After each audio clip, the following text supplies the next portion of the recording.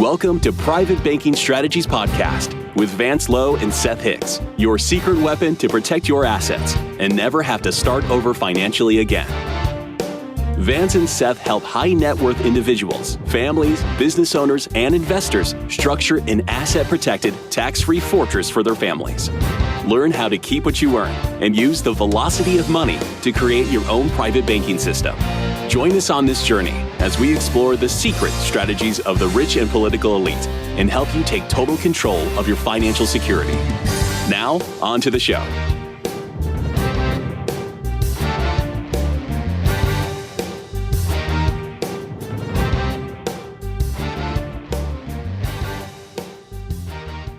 Hello and welcome to Private Banking Strategies with Vance Lowe and Seth Hicks. Today, again, Seth has taken the reins.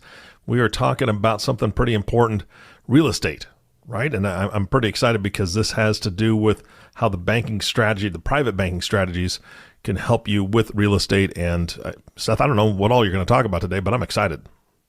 Yeah, I'm excited too. Thanks, Eric. We're going to focus in on the real estate investor out there. We're going to boil it down to simple mom and pop type acquisitions. You can get as complicated with real estate investment as you want. I mean, there's apartment syndicators, commercial investment properties, but we're going to look at how private banking strategies can accelerate your real estate portfolio, create tax-free cash flow for you, and just put your investment strategies when it comes to real estate on steroids. Fantastic. Love it.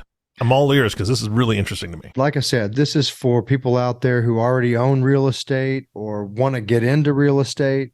We're talking to real estate investors, also business owners, entrepreneurs. It really could be applied to anyone who's making an investment, and how you use your own money through your own banking system to fund that investment, to acquire that asset. For folks that aren't in that position, but let's say you own a home and you've got equity in your home and you want to be able to accelerate your wealth curve through the equity in your home, same type of concept. You can use equity in your home, purchase a investment property or an investment asset, so long as the numbers make sense and are, what I would call conservative returns, not over aggressive in things or too speculative. I think that's, some people can get out over your skis like that. But if you've got a home and you've got equity in your home, it's another way to maximize an investment strategy.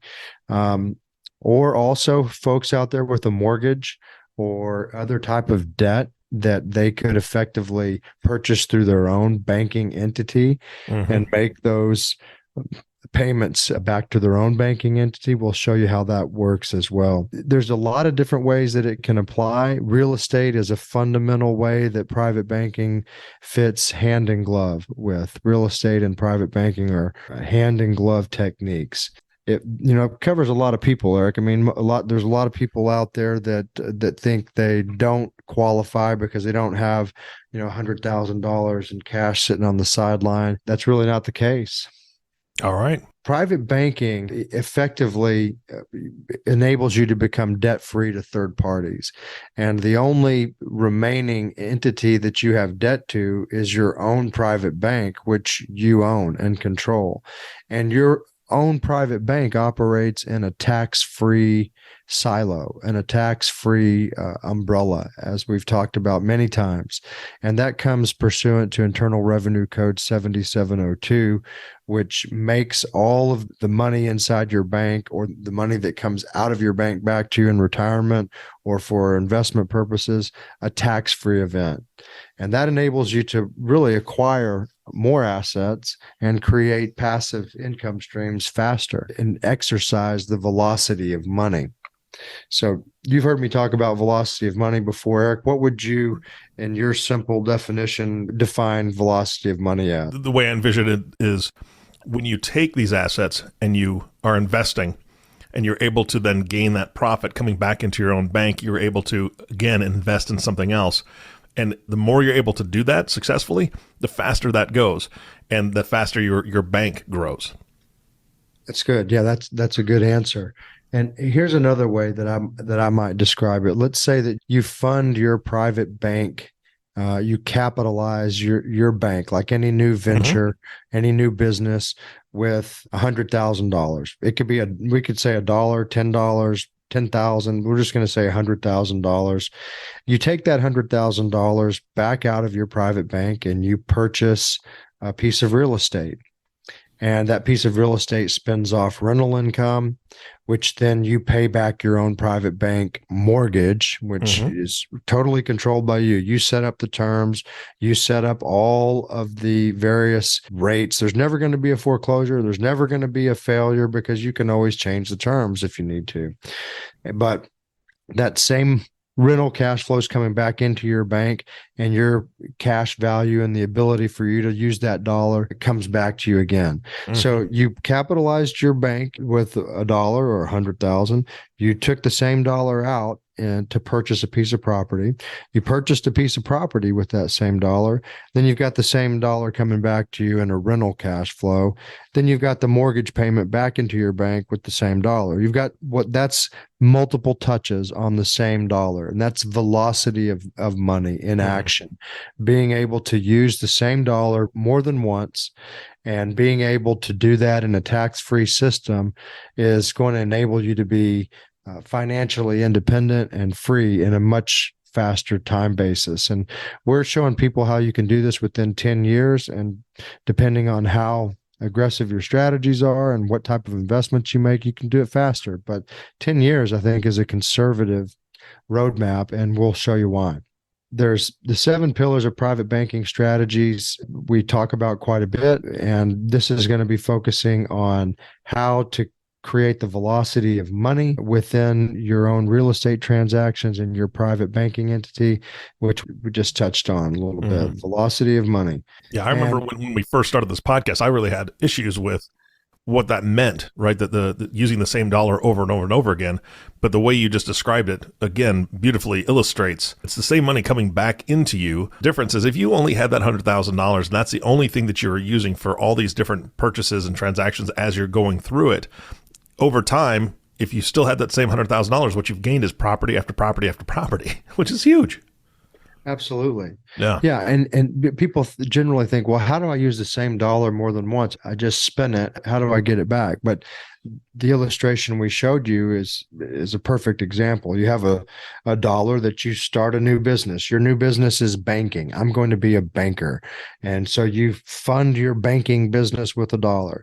And then with your bank, you're able to loan out the money that's in your bank. So you take the same dollar you just capitalized the bank with, and you loan it out to a borrowing entity, which purchases a piece of real estate. So that piece of real estate spins off cash flow. That cash flow goes right back to pay the bank debt down, plus other expenditures, plus profits. And you've got your bank being paid back with the same dollar that you put in from the very beginning. So that's how you get multiple touches on the same dollar. But it illustrates an important part of this system. This is not a consumptive system. It's not you've got money in the bank, let's burn money. You want to be utilizing the money for smart and conservative investment opportunities and business opportunities that actually provide a return on your investment so that your bank is getting the money back. And just like Wells Fargo or Bank of America makes loans, they want to get the money back. They make good loans. So you as a banker need to make good loans too. Absolutely. Makes sense, right? Oh, yeah.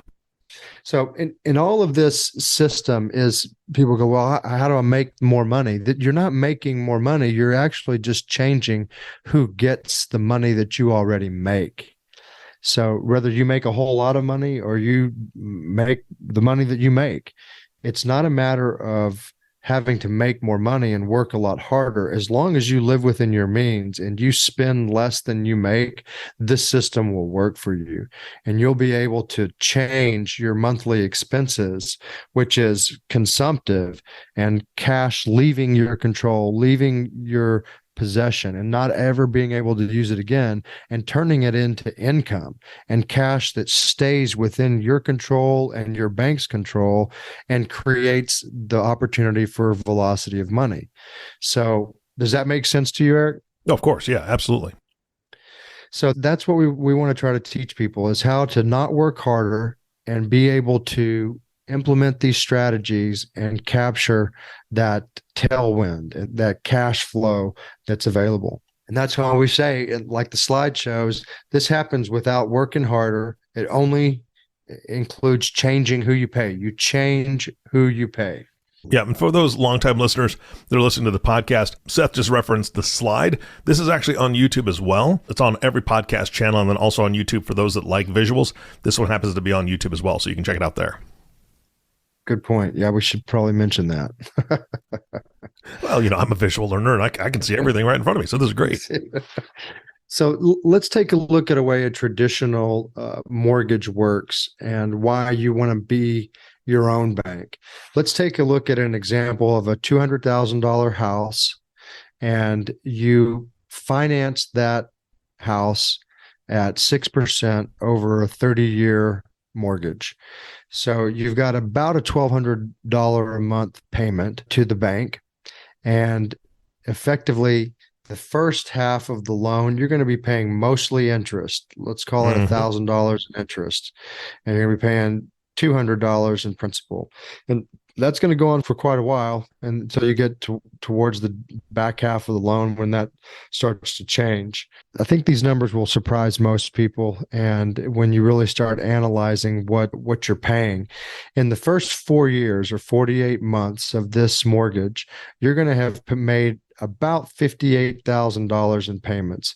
Here, the curves are on the right. You're going to have paid almost $11,000 in principal. So for your $200,000 house, you've got about $11,000 in equity. You've paid $47,000 in interest, and you still have $190,000, $189,000 left to pay off. And you're going, that doesn't seem just quite right. It seems like I'm paying a lot. It gets worse. Yeah. So hang on, Seth. I got to tell you, the first time my son bought a house, and he didn't buy an expensive one at all, but he was looking at the paperwork and we had to talk through it. And he's like, wait a second, why does it say I'm only like only $180 is going to go toward my principal? What is all the interest? Why isn't it like 50-50? I'm like, because that's not how it works, son. And I had to break it to him. Boy, he was mad. I mean, he understood it, but yeah, when you get a 30-year loan, and here's the other thing that, as you were talking through that, you said 6%. I love this example, but it even gets worse because right now the average loan is 7% because of the Fed's raising rates. So this is even a better scenario than what most people are facing right now. Yeah, and it's probably going to get worse with increased mortgage interest rates. Some speculate we'll be headed for double digits. Whether we are or not, 6% at the time when created this particular slide was about on the money. But I mean, we've seen interest rates as low as 3 or 4, and people thought that was great. One of the things I'm trying to get folks to do in this slide, and we will continue this thought process in the next few slides, is that interest rate is illusory. It is deceptive. It's not something that people should be focusing on. It's actually something the banks want you to focus on. They want you to be interest rate focused, interest rate driven. What can I afford in my payments? When really they're making all of the wealth. They're creating all the wealth off of you, and they don't want you to look where you really need to look. Nothing over there to see. Just focus right here. Focus right here. It's a shell game. Look at the interest rate. So after 15 years, you've paid $216,000. You've paid enough to pay for that property as far as value goes. You've only got $58,000 in equity. Okay. Yeah. Principal paid $58,000 in equity. You've paid $158 in interest, and you still owe the bank $142. Okay, hold on a second. It's a $200,000 house. Yeah. Yeah. Right? Yep. It was. You owe 75% of the value, but you've already earned enough. Enough has come into your hands and your possession to have totally owned that property free and clear. Yeah. But for the fact that you got a great mortgage interest rate at 6% over 30 years, and this friendly local banker gave you a great deal, right? No. For him. He gave him a great deal for him. Exactly. So 30 years, let's look at this over 30 years. You've paid $432,000 in loan payments. Yeah. You've paid a total of 232,000 in interest, 231 and change, and you focused on this interest rate, 6%. I got a good interest rate. No, Mm-hmm. you got bamboozled. You got totally taken to the cleaners. It wasn't a 6% interest rate. Look at the volume of interest over that entire 30-year term. How is 6% interest rate on 200,000 turn out to making $231,000 of interest payments? That's not 6%. Yeah. Yeah. Can you see that? Yeah. It's crazy. Not only do you pay more in interest than the value of the property, but statistics show that most people refinance their mortgages within 5 years, or they move and sell. Most people don't complete the cycle of a 30-year mortgage. And so when you're looking at the amortization graph, you don't even really start getting into making principal and reductions, equity. You don't really start getting equity in your property at a 50-50 ratio till year 15. And so if you're refinancing or selling in the first 5 years, you effectively have acquired no equity in Mm-hmm. your property. And people sometimes they'll say, well, I've got a 15-year mortgage, or they got some slick mortgage product that's supposedly helping them own their property faster. But you're still paying those absurd interest amounts in total, where the volume of interest that you're paying over the term is astronomical compared to the value of the property. So we want to show people how to beat this system and how to not have all of the money that they earn that comes into their control get sucked out of their hands and into the banksters' hands. Here's the thing that I've heard lately, Seth, and this is what's really bothering me, because I didn't know how the amortization schedule worked when I was younger. Quite honestly, I had no idea in my 20s. I had no idea because I wasn't even close to buying a house at that point.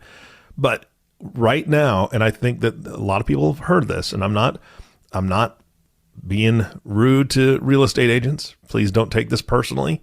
But I've heard a lot of this, basically the same thing. Look, it's still a great time to buy a house. It doesn't matter that it's at 7 or 8% because you can refinance in a few years.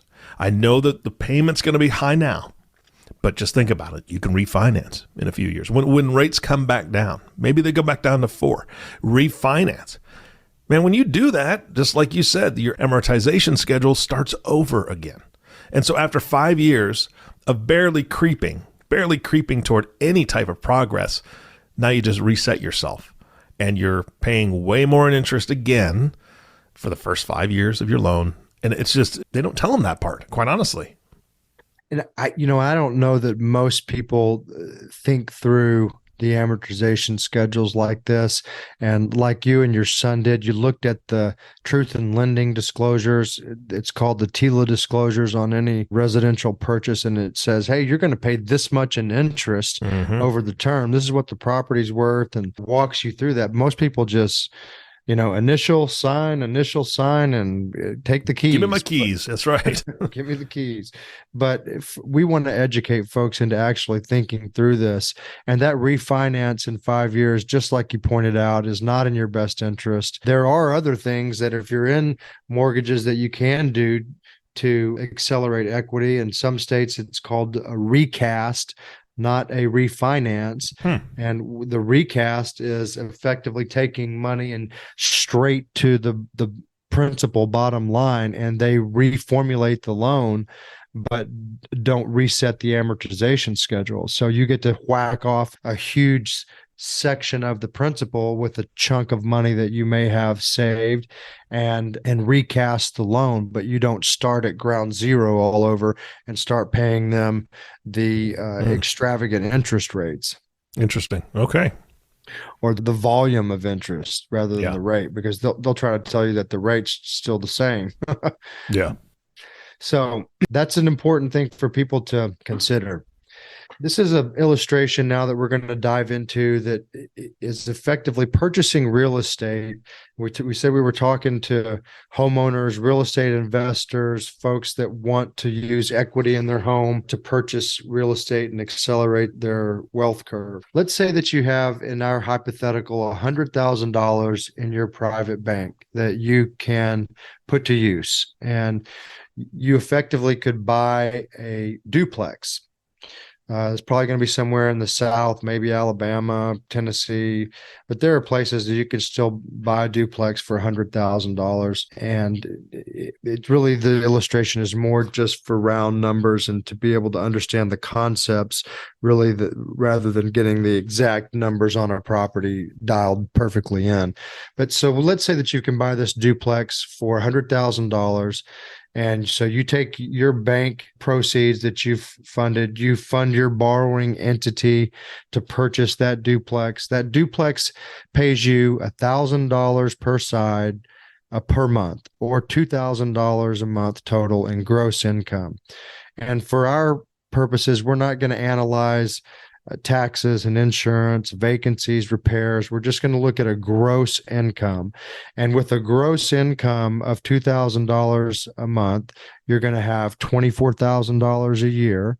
And in about 4.234 years, you're going to have your $100,000 totally back in your bank, and you're going to own that duplex free and clear. You're cycling that cash flow out of your bank to purchase a piece of real estate. That piece of real estate spins off rental cash flow, which you then put back into your bank. And you do that within about a 4-year process. And that property has been totally paid for, and you've got another $100,000 to buy another duplex. Now, of course, we do have taxes, we do have insurance, we do have maintenance, we do have vacancies and repairs. So let's say that gross income of $2,000 is cut in half. And that's probably a pretty average and statistically probable type of ratio, so that you net $1,000. And it takes you, instead of 4 years, a little over 8 years to own that outright. Still, the cycle takes longer, but same concept. Do you understand that, Eric? What have I missed there? What I understand is it didn't take you 30 years to pay the sucker off. Exactly. That's the big, not the only takeaway, but that's one of the biggest takeaways, is if you're able to do this and pay that quick, you're not doing this 30-year mortgage crap. That's exactly right. You're not stuck in a cycle where all the money that you're earning in your job or in your business or in this investment is being sucked out in interest rates, or being subject to other risk that you don't control. You are the banker and the borrower. So as long as you're making good loans and you've got good investments, this thing will hum along for you.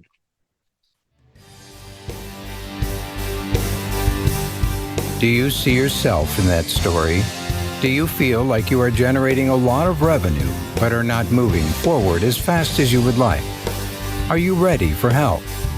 Please call Private Banking Strategies at 817-200-4777 or visit us at www.privatebankingstrategies.com.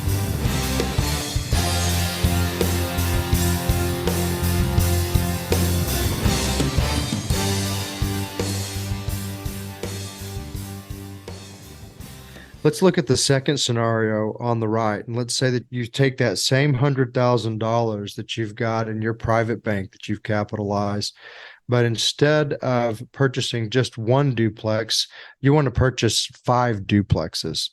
Well, if they're all $100,000 duplexes, you've got to have a total of $500,000 to do that. So how do you use $100,000 in your bank and purchase 5 duplexes that you need $500,000 for, Eric? That's a really good question. You tell me. So a lot of lenders out there, your Wells Fargo, your Bank of America, they'll make you what's called 80% loan to value loans, whereas the borrower brings 20% of the value in the property, or $20,000 per property in this scenario that we're describing. So in property 1, you put down 20,000 on property 2, you put down 20,000, property 3, property 4, and property 5, you put $20,000 down on each of those, and the bank finances the other $80,000 on properties 1, 2, 3, 4, and 5. So you put $100,000 total in across 5 properties. The bank puts in $400,000 across those 5 properties. So does that make sense? Yeah, and just want to clarify, when you say the bank, you're talking about an institutional bank, not your private bank. Wells Fargo. Let's just say Wells Fargo. Yep, let's call it Wells Fargo. So you put $100,000 in. Wells Fargo puts $400,000 in. You're on title to 5 properties, subject to Wells Fargo's 80% mortgage on each of those properties. So far, so good? Yep, absolutely. Now, let me ask you this, because I don't know about investment real estate, but when you get a mortgage, if you don't put 20% down, a lot of times you have to get PMI, primary mortgage insurance. Is that correct? True. PMI, if you've got higher leverage than 20%. In this scenario, you wouldn't need it, which again saves more money. Correct. So that's great. And I mean, so the leverage that you use on real estate investment is up to your own calculations, your own risk appetite, your own scenarios. I mean, in the last 2000 year real estate run up, there were loans that banks were making for, I mean, you didn't have to even come up with 10% on investment properties. And so the bank was financing 95%. And investors were coming in with as little money down and buying as many properties as they could. If one thing goes wrong, the dominoes start to stack and they all come crumbling down. Where a more conservative approach would be to use more money and a lesser leverage ratio, like 20%, or maybe even come in with 25%, and the bank comes in with 75%, and you've got less risk of failure in those scenarios because the equity's higher. Gotcha. As long as the appreciation is moving up and cash flows are moving up and you're managing the properties right, leverage can be a very powerful tool, as we're going to illustrate at the end of this slide. Okay, so let's back to our scenario. Now we have 5 properties and we're cash flowing at $2,000 per property per month, $10,000 total a month. So instead of $2,000 a month, we got $10,000 a month coming in, and you've got effectively no more money that you've put into real estate. You've just used the concept of leverage. But hold on, let's circle back for a second. Eric, I thought we just had multiple slides and convinced folks that we don't want to use Wells Fargo because of the volume of interest that we're going to pay over 30-year term. Well, yeah, but then you already eliminated that 30-year term in the last example. That's the whole goal, to do it quick, right? That's exactly right. So if we've got $10,000 a month in cash flow gross, within a very quick time frame, we're going to see these Wells Fargo mortgages be paid off totally. So at the end of year 1, if you had $80,000 mortgage on property 1 to Wells Fargo and you had $120,000 in cash flow, you paid off Wells Fargo on property 1 in year 1, right? Mm-hmm. Yep. And you had $40,000 to pay the principal down on property 2. And then so on. And in year 2, you got another $120,000 gross. You pay the other half of the Wells Fargo mortgage on property 2 off, the other $40,000, and you pay off the entire property on 3. Wells Fargo's mortgage on property 3, $80,000 paid off. Year 3, you pay off property 4, half of property 5, and on year 4, you pay off the last half of the mortgage to Wells Fargo on property 5, and Wells Fargo's out of the picture. Yeah. So in 4+ years, you've used Wells Fargo's money to acquire 5 times as much property, and then they're out of the picture. You're not paying them interest for 30 years. Mm-hmm. You're not paying this massive volume of interest. You've actually just created a very astute leverage transaction where you were able to ramp up your cash flows, increase your cash flows, and take that bank out in a much more rapid fashion. Now, we didn't talk about taxes, insurance, vacancies, bad tenants, or any type of problems. So let's say, that 4.5 years that we double it. So instead of making 120,000, which was a gross number, let's just say you're only able to net 60. So that slows down the rate in which you're able to pay off Wells Fargo by 2. So instead of 4.5 years, let's call it 9 years. Or let's say that you're really not good at the management and you had some extraordinarily bad tenants and you've got to add another 4 years on, and it's 12 or 13 years. At the end of that 12 or 13 years, you've got 5 duplexes cash flowing 120,000 a year with no third party mortgages, no Wells Fargo mortgage on it. So whether it's 8 years, 9, 10, 11, 12, or 13, those are all win, win, win. Yeah, well, I'm going to bring it back to what you said. Let's say that you've had issues, so on and so forth, and you're only grossing the 60, right? After that 12 or 13 years, you're still grossing 60 a year for nothing, right? I mean, you've got the properties. Plus, you would think in those 12 to 13 years that they would have gained in value as well. You would hope so, at least, and that's the pattern that we've seen. Yeah, absolutely. You're looking to maintain the values of your properties. You want to be making sure that you've got good tenants, you've got good management. And when those systems are working for you, you're going to end the equation with valuable assets that are cash flowing you in somewhat passive income. I mean, this is a lot more passive than actually having to build the houses or swing the hammers or things like that. I mean, it's a passive cash flow that you're creating that can't really mimic in a lot of places. And so that's why the private banking with real estate is actually a 1-2 punch that creates a lot larger bang for your buck. And now we didn't even touch on this, Eric. Now, with that cash flow coming back into your bank, you've still got a private bank, a business, a banking business that's increasing in cash flow. It's increasing in cash value year after year. And that's all happening tax-free with compounding growth that creates exponential growth as you continue to move forward in linear year 10, year 20, year 30. Those numbers in your private bank, they're not 100,000 anymore. They're 1 million, 2 million, 4 million. And the cash value and the death benefits are all tax-free. So not only do you have real estate that's pushing out cash flow to you, but you've got a private bank that has compounding growth each year with no tax implications whatsoever and creates a wealth waterfall, as we've talked about in prior episodes. Now, that's the 1-2 punch.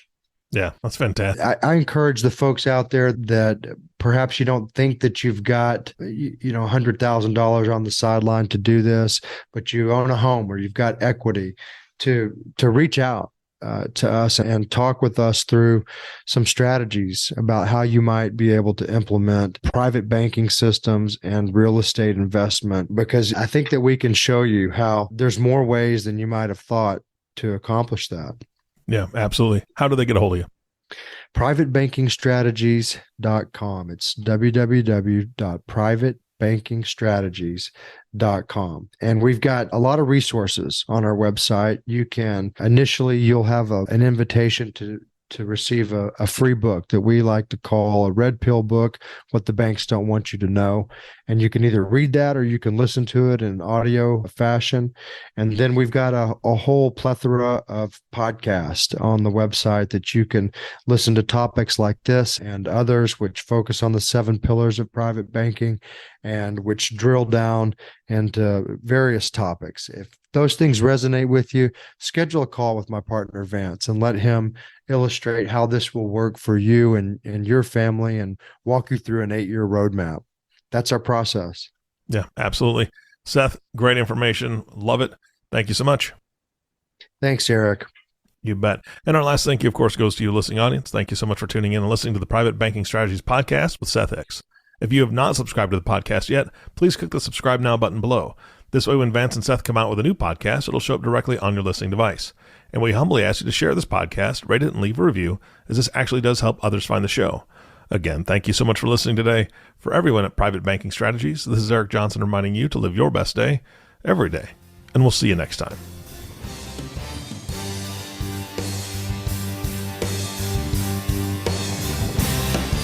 Did that story feel like it was about you? Do you feel you should be making more progress toward your financial goals? Do you feel stuck? Let us help you get unstuck. Are you ready to take action and get your own private bank? Please call Private Banking Strategies at 817-200-4777 or visit us at www.privatebankingstrategies.com. Thank you for listening to the Private Banking Strategies podcast. Click the subscribe button below to be notified when new episodes become available. The information covered and posted represents the views and opinions of the guest and does not necessarily represent the views or opinions of Private Banking Strategies. The content has been made available for informational and educational purposes only. The content is not intended to be a substitute for professional investing advice. Always seek the advice of your financial advisor or other qualified financial service provider with any questions you may have regarding your investment planning.